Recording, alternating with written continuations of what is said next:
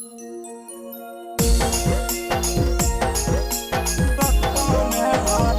By Yadav films Bhojpuri Sonu Chaure.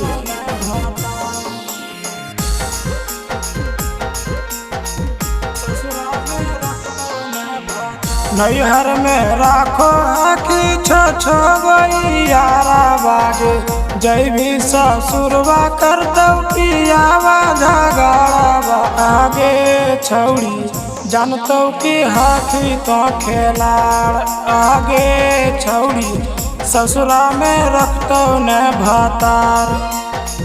नैहर में राखो आखी छो यारा बागे जय भी ससुरवा कर दो पियावा झगड़ावा आगे छौड़ी जानतो कि हाथी तो खेलाड़ आगे छौड़ी ससुरा में रखतो न भातार।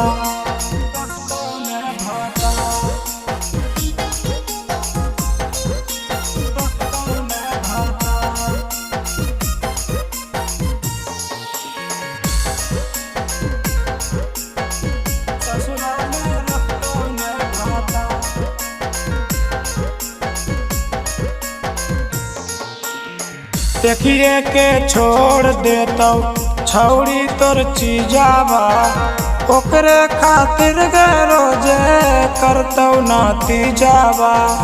देखिए के छोड़ देतो छौड़ी तोर चीजावा ओकरे खातिर रोजे करतो नतीजावा।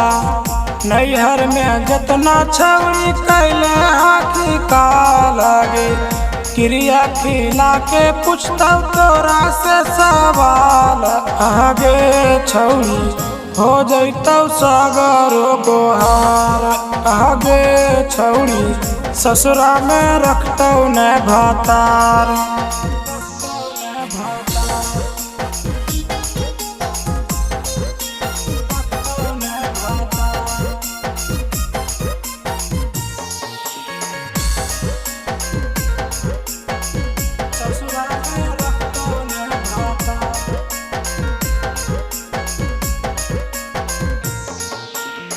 नैहर के गलती जानतो हो तो अफसोस गे छोड़ देतो तोरा छौड़ी दे के डिवोर्स गे।